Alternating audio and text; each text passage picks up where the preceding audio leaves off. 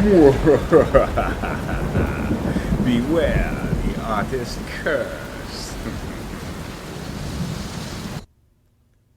What was that? Okay then. So here's the cool thing.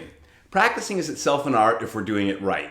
If we're doing it right, then we're constantly searching for problems to solve and then finding ways to do that. As we do this more and more, we get better and better. But it also comes with a curse. Where'd that come from? If we're solving problems the way the brain learns best, and there's always a solution available to us in practice, and we're doing this well before we have to perform in front of others, we will get better. As we get better, we'll get better and better at solving problems and have more and more solutions available to us. Most people call this creativity, by the way. Practicing the right way is a creative art. I've come to know a phenomenon I call the artist's curse. Stop that! You may notice that when someone first learns to do deliberate practice and are asked what they would like to improve in something they've just played, the first time they will come up with almost nothing. This is an example of something called the Dunning-Kruger effect. This research showed that the less we know about something, the less we'll be able to improve our performance of that thing.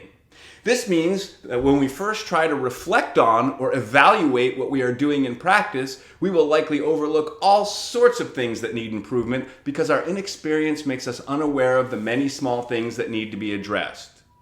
The great irony is that this is at its worst when we are in the early stages of learning something. It's why it's so hard to not, be really bad for a time. It's just the way learning works. There's no way around it.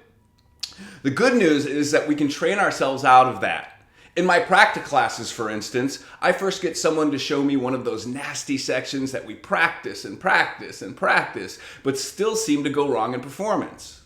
I'll have them play that little section, and then I'll ask what they think they would like to do better. How could that sound better? How could that be better?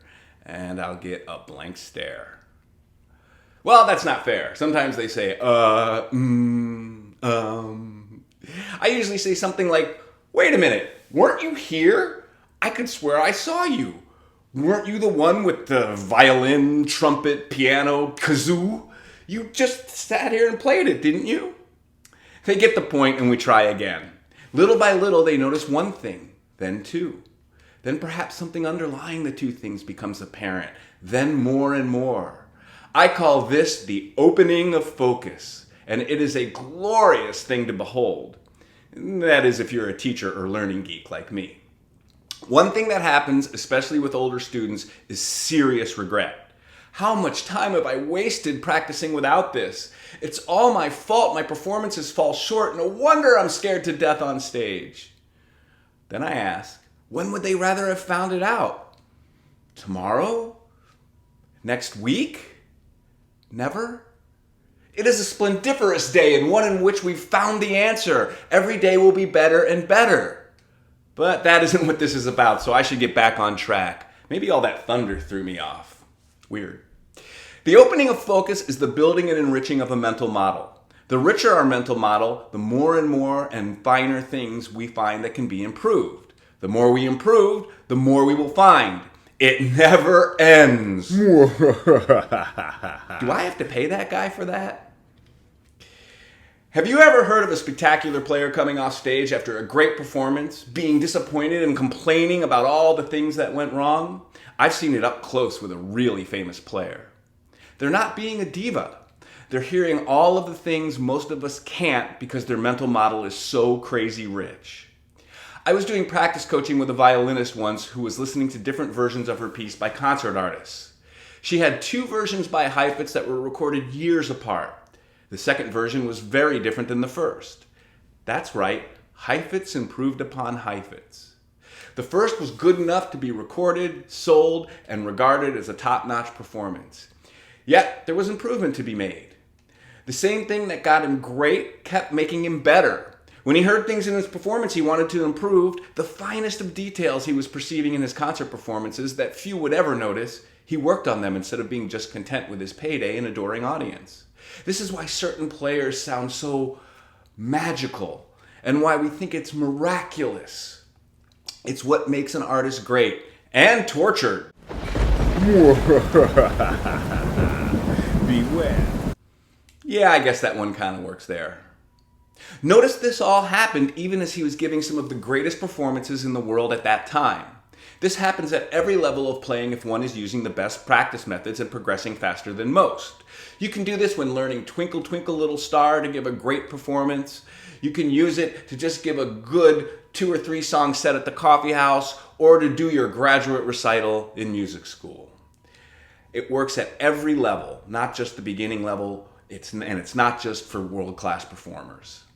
We will rise to a new level, be thrilled with that new level of ability, and then quickly get used to it and notice more and more things that need work and improvement with our new level mental model.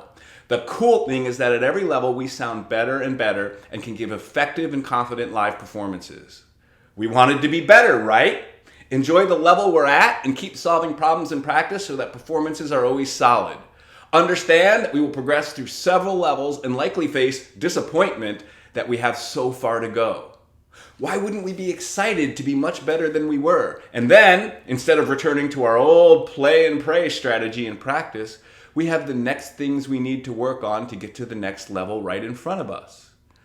Seems like something we should be thrilled about, rather than upset we are no longer walking off stage disappointed with our performance, only full of ideas as to how we can get to the next level. The artist curse. It's something to be aware of in oneself and if you teach one's students. Once we learn how to practice in the very weird ways that improve us really fast, it will happen. Understanding and then embracing that is the first step to ending the torture, I think. Do you have any idea what to do about it? How have you dealt with it in your practice, or if you're a teacher with your students? I'd love to hear your comments below. I'm Greg Goodhart, the Learning Coach, and you've got all the talent you need. Go get 'em.